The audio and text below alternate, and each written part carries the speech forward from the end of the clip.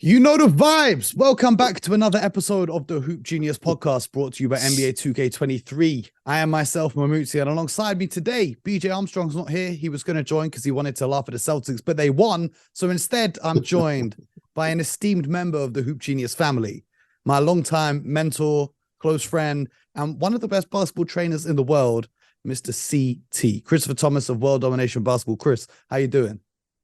Hey, yo, thanks for having me, bro. Man, it's all love. It's all love. I mean, the real OG listeners will remember when you and I used to have our Mind Games podcast, which was a sports psychology show that we used to do many, Yep. many years ago. And it Yeah. laid the path for, my route into podcasting. And we're doing all of this. But Chris works with a bunch of NBA players, high school players, college players at every level. And if you want to learn from the best, you can reach out to him. I'll put his details in the description of the show. So you can reach out to CT and get some coaching from the highest level. I'm not going to tell you which NBA players he works out, but just know. Ah, Just know. ones that work hard. But Yeah, I got 7-year-olds that they work hard. So, They'd be putting the pros to shame, huh? yeah, they Well, still got that desire. that's what it's about. That's what it's about. Well, we saw desire from Joel Embiid. He just won MVP yesterday and decided today that he was going to play in game 2 between the Boston Celtics and the Philadelphia 76ers. However, it didn't go to plan. The Celtics with a huge 121-87 win against Philly, who stole game 1 in Boston. I think it's the first time the Celtics have held an opponent to under 90 points all season long. And Boston really caught fire from behind the arc. They caught so much fire from behind the arc. They were 20 of 51 from 3 to the point where Jason Tatum didn't even need to play 20 minutes. He finished the game with 7 points. I saw the box score, and it looked like everybody had a 3 from the bench. So BJ rang me. He goes, I've been in meetings all day. I ain't see the game. Is Tatum injured? Is he hurt? What happened to him? I said, nah, man, we blew them out. Not needed. He's on ice. He did get into foul trouble. So he had 4 fouls quite early on, and 2 of them being charges. The 2 charges were the Celtics' only turnovers in the first half. They finished the game with 6 turnovers, which is a sore point for the Celtics, as we saw in the finals last year. Was really their undoing, the amount of times that they turn over the ball. CT, let me ask you this from your coaching perspective. In terms of turnovers, because the Celtics are a team, when they turn the ball over 14 or more times, they'll lose the game. If they keep it under that, then they typically win. Is there anything more to it than just telling the guys to focus and lock in? What's the mindset behind the unforced errors that teams generate? Good question. And it's a quandary because these are pros, and they got 2 of the best pros that turn the ball over with the best of them. So it's when you watch the Celtics and you watch enough basketball, but especially NBA basketball, you see them in particular turn the ball over. It's like, what is happening? I know you do dribble drills. I know you do. You work on your game, and then you get in game, and you got the cough syndrome. Like that's not. It just doesn't equate. 1 + 1 doesn't equal 2 with many of the teams in the NBA last couple seasons, but especially this season. Well, you actually FaceTimed me after the Celtics lost game 1, just so you could laugh at my reaction to that game. I've got to let the people know. But the conversation we had on the phone then, I said, I want to see Tatum and Brown attacking more from kind of a mid-post area rather than trying to start on the 3-point line and dribble it. Is that something that you think they could implement to try and reduce some of these turnovers? That, and I think it's just they try to do the your turn, my turn, do too much, and just play basketball. Every team is better. Move the ball, move you, get a better shot from a good shot. Every team is better like that. We saw a lot of that, and a lot of that started on defense. So the Celtics play the drop coverage, but today their bigs weren't dropping so low as they were in game 1. And that's called real defense. Yeah, there we go. What did I text you? What did I text you during the game? Right, but funny how when you actually play real basketball, you got real pride on defense. You got real aggression on offense to get it or get rid of it. Then these NBA teams, they guys go up 20 like water. Yep. All of a sudden they can't miss shots. All of a sudden they, plays look like, oh dang. Crazy how that happens, right? What did you think of the Sixers' decision to get Joel Embiid in the game today? For me, I think that they were just trying to get him to shake off the rust tonight because they've already stolen one game on the road. They weren't too fussed. And then he'll be ready for game 3. Do you think that was a wise decision, risking him with his LCL tear or whatever it might be in his knee? Yeah, that's called practice. But we can't say practice to Sixers superstars. AI already told you. But practice. But and I'm big on the mindset and the mindfulness and the mentality and the psychosis of being a warrior, being an elite. They shouldn't have played him tonight. He shouldn't have wanted to play tonight. He's going to go home in Philly. They haven't had a game forever at home. He's going to get presented the trophy. He's been coveting this for years. So that energy, that adrenaline, that vibe, he would have looked a whole lot better coming back off this than tonight, where it's like, yeah, you probably could have saved all that energy and all that drama. Yeah, because tonight is in my opinion. Tonight is like, okay, we blew you out and we get Embiid was coming back from an injury, but Jason Tatum only scored 7 points and we still blew you out. So apples and oranges there, right? But speaking Celtics but I just say they gave Celtics the mental advantage, the competitive advantage. It's like, look, your MVP came back. Look what happened. And our MVP didn't even have to do. He was like, chilling. Let me ask you this, though, from a mentality standpoint. The James Harden we saw tonight compared to the James Harden we saw in game 1, who hit the game winner with 45 points. Tonight, James Harden was 2 of 14 from the field, 0 from 6 from downtown, 12 points in the game, and minus 21. He typically struggles in game 2 throughout the series, but when Embiid is on the court, he just looks like a different player. What's the deal? Because you'd think tonight, Embiid's coming back, he'd be like, okay, cool, I'm just going to block some shots on defense, and then you handle the offense until it's the fourth quarter, and I'll take over. But he just looked like a shell of himself. One, he wasn't able to go to Vegas overnight. But then I also think that, truthfully, James Harden is best being James Harden. And he's done a good job playing his role, doing his deal, but he's a shell of himself until 45 points later, first game. It's like, yeah, bro, do that. They need you to do that. But everybody wants to make sure Embiid is so comfy that everybody, even Maxey, like he's got a super hyper speed. And then when Embiid on the floor, he slows down to a normal speed. So it's unfortunate that, Embiid's so great that he's got so much gravity, but it's like, come on, everybody, do you, and then we all eat. Mm-hmm. Well, we saw the offense in terms of the ball movement for Philly and the kind of looks they were generating was not as fluid as it was in game 1. Obviously, Embiid having the ball, he's going to go into his isolations. He's going to try and get himself going, but it just wasn't the same. One thing I noticed with this, the disparity in the 3-point shooting, the reason why the Celtics got off so many threes. In the previous game, obviously they were attacking the paint a lot because there was no Embiid inside. Tonight, Embiid did do a great job protecting the hoop, right? He finished with 5 blocks, some great, coming off an injury to be able to block shots like that was fantastic. But him being a presence on the inside, given that the Celtics basically play 5 out unless Rob Williams is on the floor, and even then they've experimented with some 5 out stuff, the Celtics are always going to be able to generate an open look from the 3-point line if they really want to. Otherwise, Embiid is going to be running 2 and 4 the paint to the 3-point line. Hey, bro. But this ain't 2K. You can't guard both spots. Pick one. And he's got to pick. He's got to conserve that energy on defense because they need his if you're gonna protect that rim, you're gonna give up threes. If you're gonna step out to the perimeter and try to do all that, then it's gonna be a layup contest. Like, pick your poison. Conversely, the Celtics, they didn't give up much from the 3-point line. Philly went 6 of 30, and the Celtics didn't give up much on the inside either. Great ball pressure, great denials. The Celtics can do that with their defense if they're locked in. How can you make sure that they're locked in every night? Because we saw it last year throughout their run in the Eastern Conference. They will look awful until there's a lot of pressure, and then suddenly it's like, okay, cool, we know how to defend again.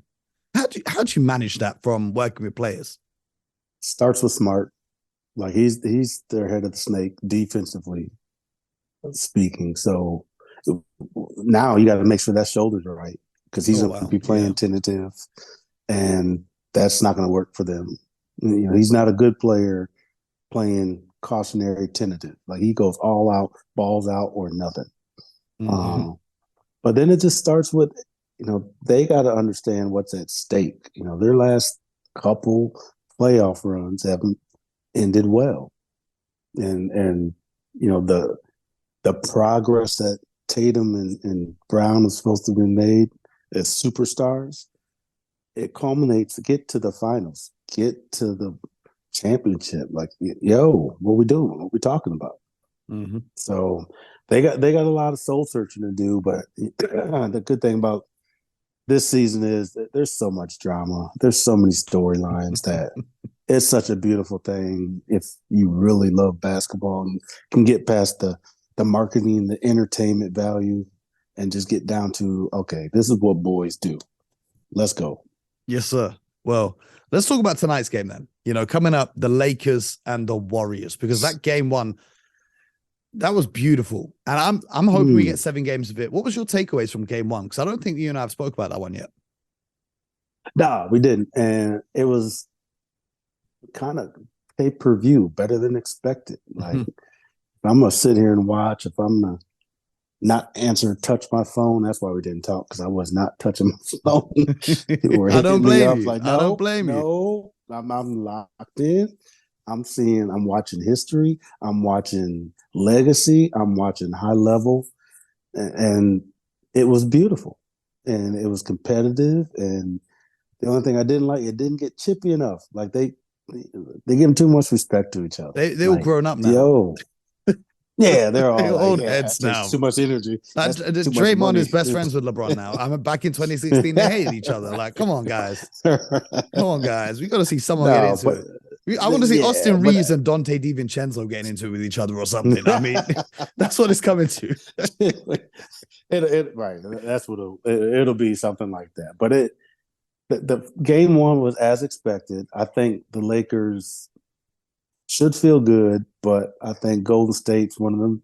They're in that mode of, we don't mind because we prove we can hit this 14 piece on you and walk you down in 2 minutes. We figured out what you're gonna try to do with Jordan Poole on the court, da da da. And I think Steph ain't having that going forward. Well, the big talking point after game one was that final shot from Jordan Poole. What was because I know you trained a lot of guards, a lot of shooting guards, a lot of point guards in the NBA. What was your take on that shot for Jordan to take that? Because it is very hard for a team to generate a clean look from 3 with less than 10 seconds to go in a game. No, it's not. That's called NBA. That 8 seconds in the NBA is a lot of time. I mean, so basketball traditionalists, that's a bad shot. But then again, almost every shot Steph Curry takes is a bad shot, except for he's the shot god. So it's like, yeah.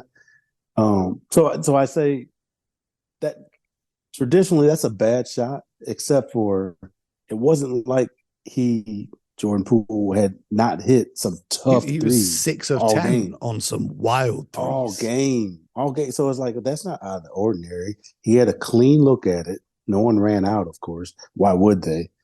The good part, like, he shot with enough time.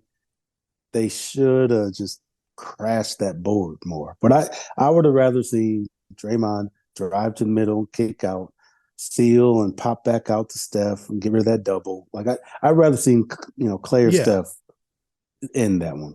I think more in terms of a clean look is if they had called a timeout, for example, the defense then has a chance to get set. Whereas Paul being wide open, he was in that exact same spot where he hit a buzzer beater to end, I think, the third quarter against the Celtics in the finals last year.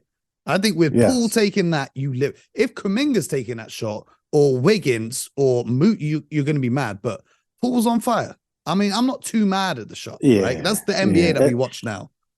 But at that moment, there's a reason why you're wide open, and he just didn't read that. And he's a different dude. So I applaud him for having that much confidence to take that shot. But that wasn't his shot. Well, they're going to have to regroup. What adjustments do you think they're going to make going into game 2 here? Given that they've given up home court advantage already, they can't go down 0-2 at home. Yeah. I think both teams, it's going to be a game-by-game situation. For the Lakers, it depends on AD. Like, AD typically is high and then low, and then high, and then low, and then gets hurt. And LeBron... AD played 44 minutes in that first game. LeBron played 40 minutes. Like, bruh. That's I don't know how you're gonna go through 7 games doing that. I mean, it's a risky strategy. But the Golden State did the same, running their guys through heavy minutes. So it's like, okay, I can trust that Steph Curry's in shape enough to play multiple games like that at that level. Whereas I don't know if the Lakers are in shape enough to play that heavy minutes.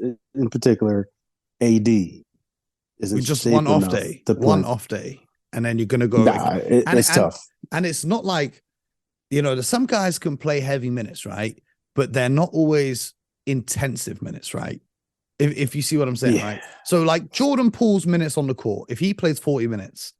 That's very different to Anthony Davis playing 40 minutes because Anthony Davis, guarantee. He's having to protect the paint, contest shots, block shots, then fight with Kevon Looney, the best offensive rebounder in the NBA, for every single rebound on both sides of the court. They went head to head. They both had 20 plus. Exactly. And then the offense is running through him on the other side. Like LeBron was 9 of 24.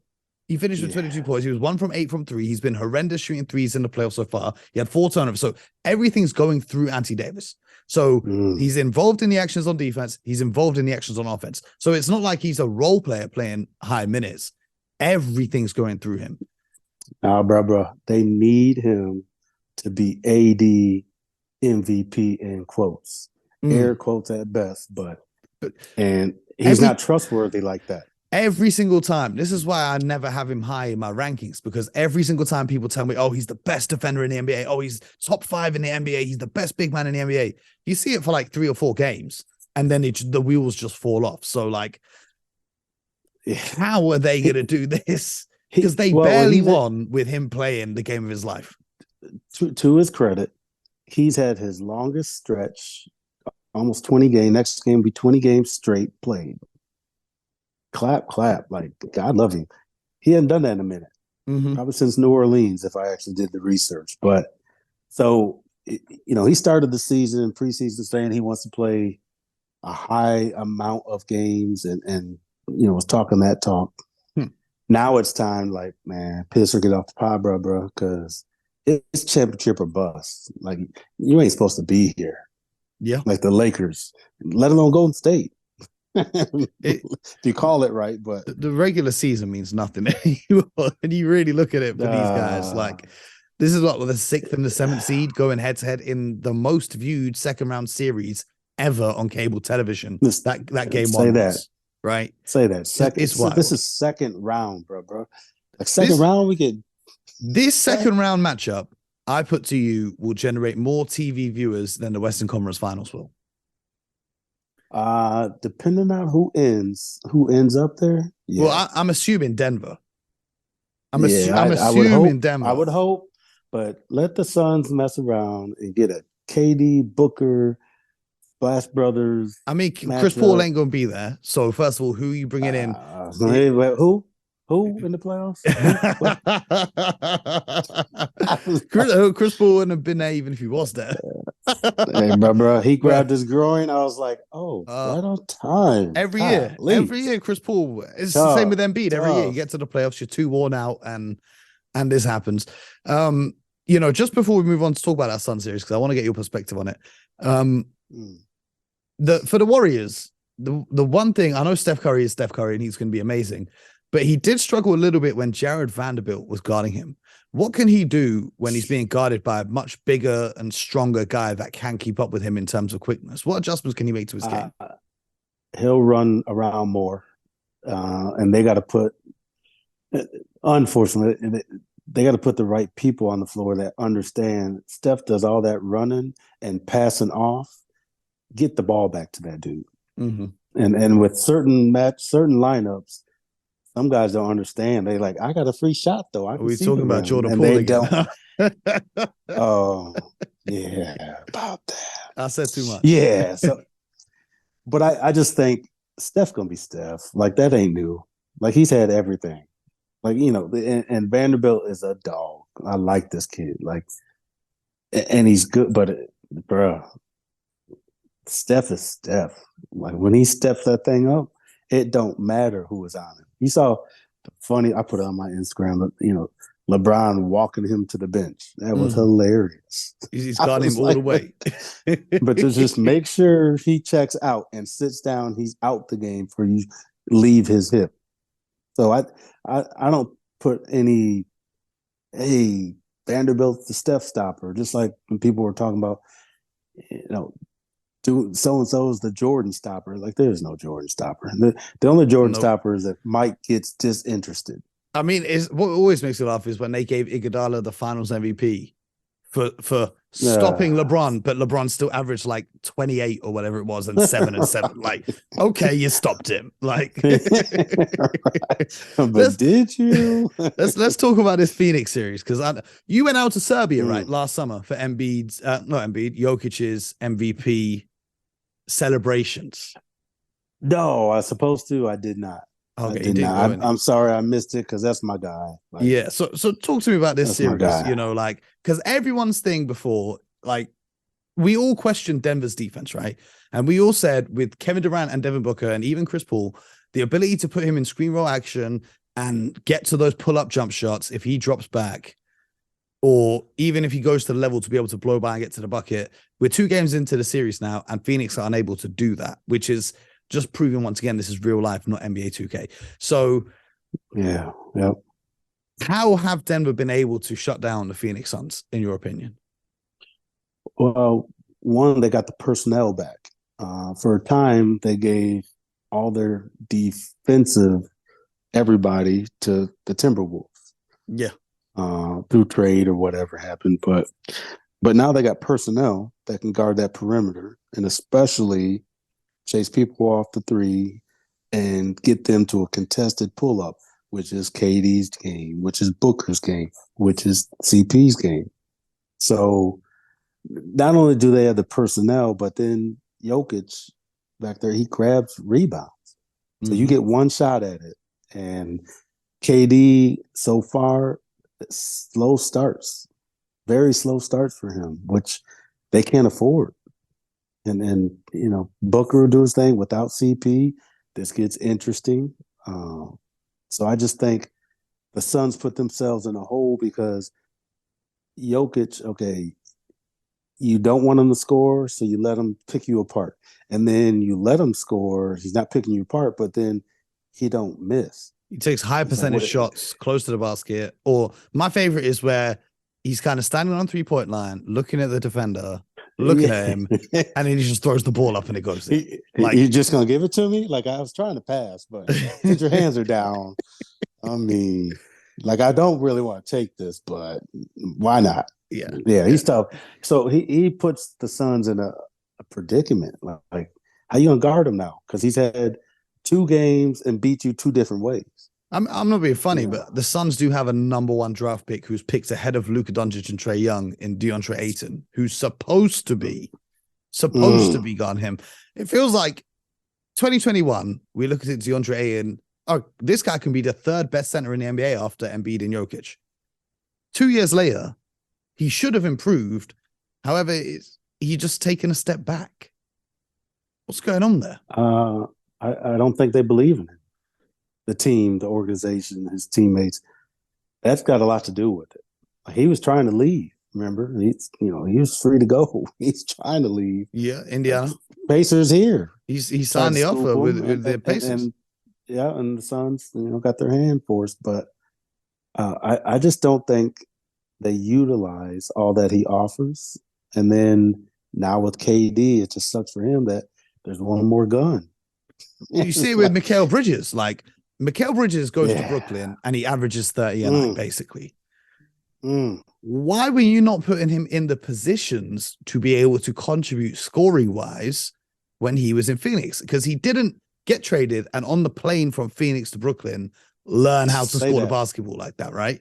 Say You have that. the guy that everyone blasphemes and calls the point guard in Chris Paul, who's supposed to have this super high basketball IQ, puts everyone in the right position. You've got Devin Booker, who's an elite scorer, but they all say he can play the point as well, which I'm not too sure on, but we'll see that in game 3.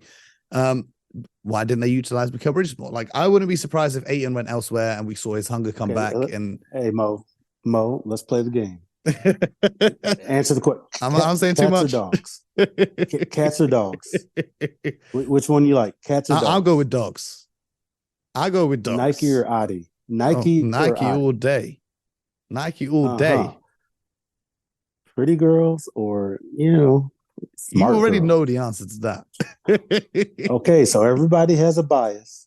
Yep. Even the point guard. And Mikal plays 47 and a half minutes a night. 82 games. Hard on both ends. And, young fella, keep playing hard. We got others that can produce. So they held him down. The best thing that happened to him, unfortunately for him, getting up out of there. Cam Johnson as well. We saw what he did in the playoffs, even though they lost. We saw like the glimpses of what can be built there in Brooklyn now. So do you think that Phoenix have any chance of coming back in this series? Because it's not looked too good. Do you know my name? KD. You know who I am. Like, they got KD, bro. Like, KD, he's a win we know himself. Who he got swept last year in the first round. And we can put that down to Steve Nash's coaching and being with the Brooklyn Nets and Kyrie Irving. Whoa. Stop right there. But pause for it. Let it digest. I'll tell you what. Okay, I'm ready back. I'll tell you what. I'd rather have Kyrie on my team than Chris Paul in the playoff run. Debatable, because when KD gets that thing going, you need to let KD get his thing going. Whether you're trying to play point guard, let me drive and kick to you, or let me give it to you and run to the corner and watch you do you. And I don't think Chris Paul, as good as he is, he wants control of that situation. Kyrie will try to match. Like, okay, let me give you a rest this time down. So it's a hard spot for KD because it's like, fella, you know who I am. Let me do what I do, except for he's just good enough. He'll play real basketball. He'll make the passes. He'll make you see him playing defense now. It's like, he's a baller, bro. That's all he wants to do. He's a walking bucket. Like, that's KD. So you think they got a chance to turn this around, even with no contributions from their bench, no one able to contain Jokic? Well, like I told you, the Suns got the bigger guns. The Nuggets just got more people shooting. So it's like, we'll see how they shoot on the road. Yeah, but the KD and Book can't help themselves. They love that mid range. Yeah, they love getting to the rim. You're trading threes for two. That's easy math. They don't even get to the rim. Like, Suns fans complain about the lack of free throws all year long. The Suns are the team, even before Kevin Durant got there, that lived in the mid range. They don't put pressure on the rim. They did, when Kevin Durant got there in the regular season and a little bit in the first round, but the last 2 games, they're not putting pressure on the basket. So they're not going downhill. They're just pulling up, which and they can't help themselves. Like, they tried to shoot more threes last game, and that's out of their game.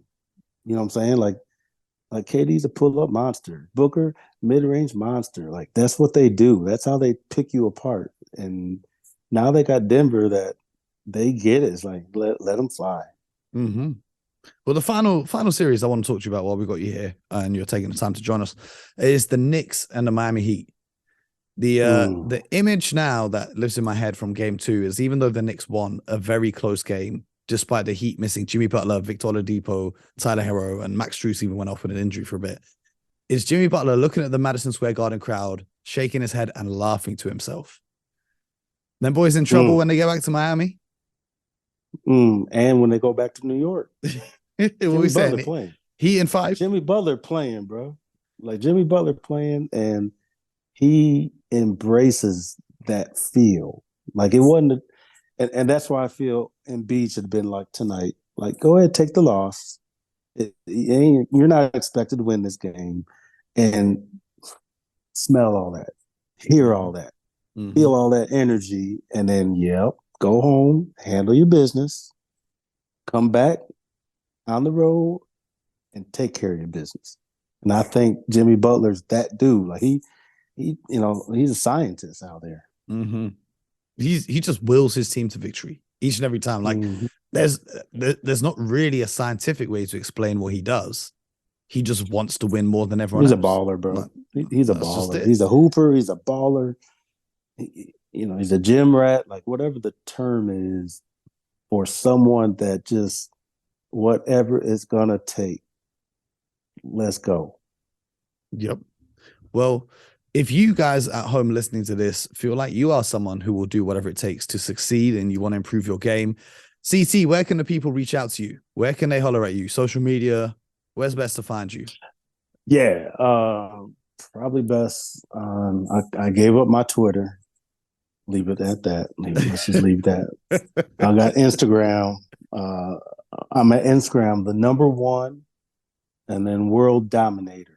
Yeah. At #1 World Dominator is where you can find me. No, I don't post much of my training content. I'm kind of non-believer in social media, so I try to repost stuff that makes me laugh or cry or feel some type of way, or I try to post my daughter most of the time. CT, you right at home here because BJ hates Instagram training videos too. I can't control the attitude that you watch one of my training exercises in. And if I can't control that, you mess around, roll your ankle, jam your finger, or miss 8 shots in a row trying to use my techniques, then all of a sudden I'm a bad trainer. I never met you. You got to get it direct from the source. Yeah, it's just one of those things. It's like, if you want real, then come get real or get a hold of me. I fly all over. I'm a 1,000,000-miler with Delta. I go. If it makes sense, everywhere. I mean, let me tell you guys, the first time I met CT, we were in Barcelona with Ray Allen doing a camp over there for the top prospects in Europe, some of whom are in the NBA now today, which was Jordan camp. Yep. Yeah, real long time ago now, huh? Yeah. I was just thinking, that was my first ever presenting gig when you met me there, and I was hosting the camp for Jordan. Yes. And now look at me. Now look at me. Look at him. Just look at him. Show them Jordan boxes back there, boy. Hey man, little sponsorship deal. You know what I'm saying? A little sponsorship deal. We came up, but CT, man, appreciate your time. Appreciate you joining us, man. It's all love. Hey, definitely need to get you back on the show. We've got to get you back on when BJ's here as well, because I know you guys are cool as well. So appreciate it, man.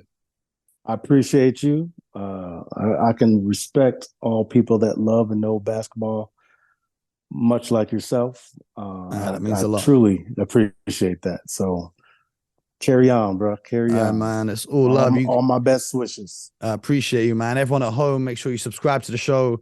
Go show CT some love on his Instagram. Hit him up if you need training. And most importantly, get buckets.